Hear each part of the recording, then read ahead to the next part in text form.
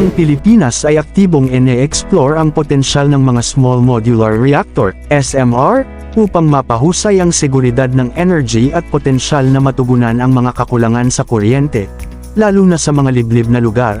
Habang walang mga SMR na kasalukuyang nagpapatakbo sa Pilipinas, mayroong isang lumalagong pagtulak para sa kanilang pag-unlad at paglawak, na may iba't ibang mga kasunduan at pag-aaral na isinasangkot sa kapwa lokal at internasyonal na kasosyo.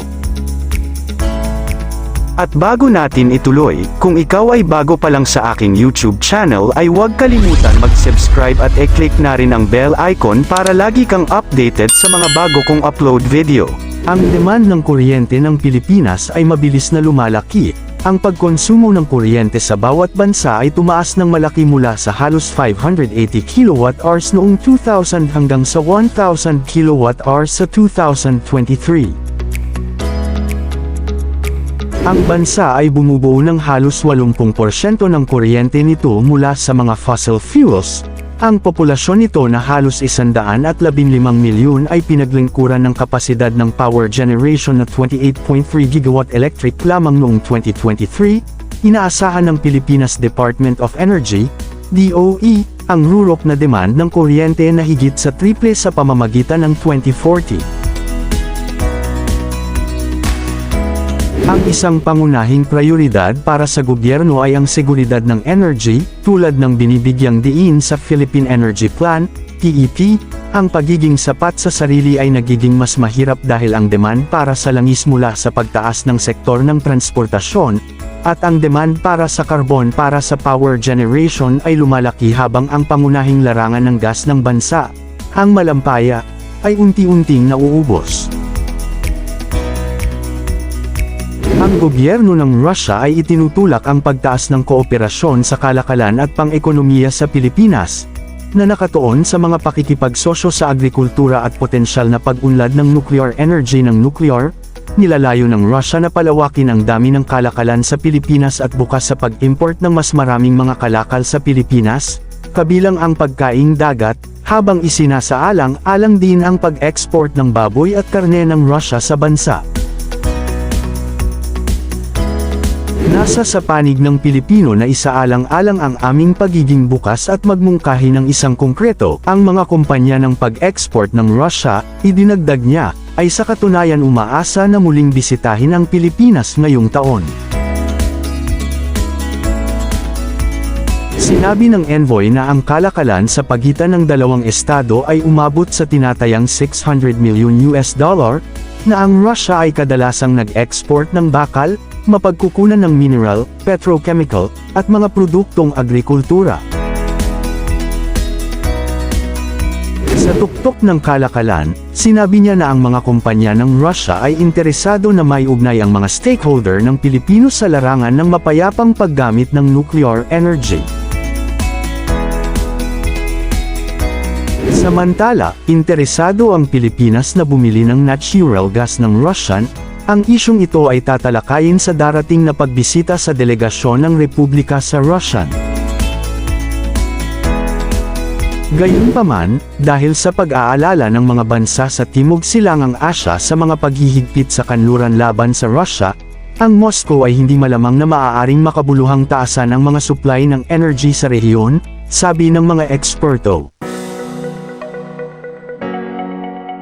Ipinahayag din ng embahador ang interes ng bansa sa mga small nuclear reactor na ginawa ng Rosatom. Posible na ilulunsad ng Maynila ang pagtatayo ng naturang mga pasilidad ng energy na may pamamagitan ng panig ng Russia. Ang Pilipinas ay aktibong ine-explore ang potensyal ng mga maliliit na modular reactor, SMR, bilang bahagi ng mas malawak na programa ng nuclear energy, kasama ang Rosatom ng Russia bilang isang pangunahing potensyal na kasosyo. Ang bansa ay naglalayong ikomisyon ng unang komersyal na planta ng nuclear power in 2032, na ang SMRs ay isa sa mga potensyal na uri ng paglawak. Ang isang 2022 executive order ay nag-uutos sa Kagawaran ng Energy, DOE, upang mabuo at ipatupad ang isang programang nuklear, kabilang ang mga rekomendasyon sa paggamit ng Bataan Nuclear Power Plant at ang pagtatatag ng mga bagong pasilidad. Para sa Pilipinas, tulad ng para sa iba pang mga umuunlad na bansa, na tinitiyak ang pagpapanatili ng energy mix sa pangmatagalang panahon ay isang prioridad, pinag-uusapan namin ang isyong ito sa lahat ng mga kasosyo, kabilang ang Russia, at, syempre, alam namin na ang Rosatom ng Russia ay pinuno sa larangan ng small nuclear reactor, ang Pilipinas ay pinagmamasdan ng mga ito, sabi ni Igor Balan. Ayon sa diplomat, ang mga isyu ng mga supply ng LNG at ang talakayan ng kooperasyon sa sektor ng nuclear energy, ay tatalakayin ng mga partido sa darating na Russian Energy Week sa October. Ang mga talakayan sa paksang ito ay gaganapin din sa St. Petersburg International Economic Forum noong nakaraang June, kung ang delegasyon ng Pilipinas ay maaaring dumalo dito. Matatandaan noong 2018, ang Russian State Nuclear Energy Corporation, Rosatom, ay nag-aalok upang maglagay ng floating nuclear power plant sa Pilipinas habang ginalugad ng bansa ang posibilidad ng nuclear power generation. Ang pag-aari ng Estado na Rosatom at ang Department of Energy ay pumirma ng isang Memorandum of Understanding noong November 2017, sa kooperasyon na sumasaklaw sa posibleng foray ng Pilipinas sa nuclear generation. Ang mga Small Modular Reactor, SMR, ay nag-aalok ng mga pangmatagalang benepisyo kabilang ang nabawasan na mga gastos sa konstruksyon at oras, increased safety margins, at higit na kakayahang umangkop sa paglawak. Ang kanilang modular na disenyo ay nagbibigay daan para sa factory fabrication and quicker on-site assembly, leading to faster deployment and lower initial capital investment.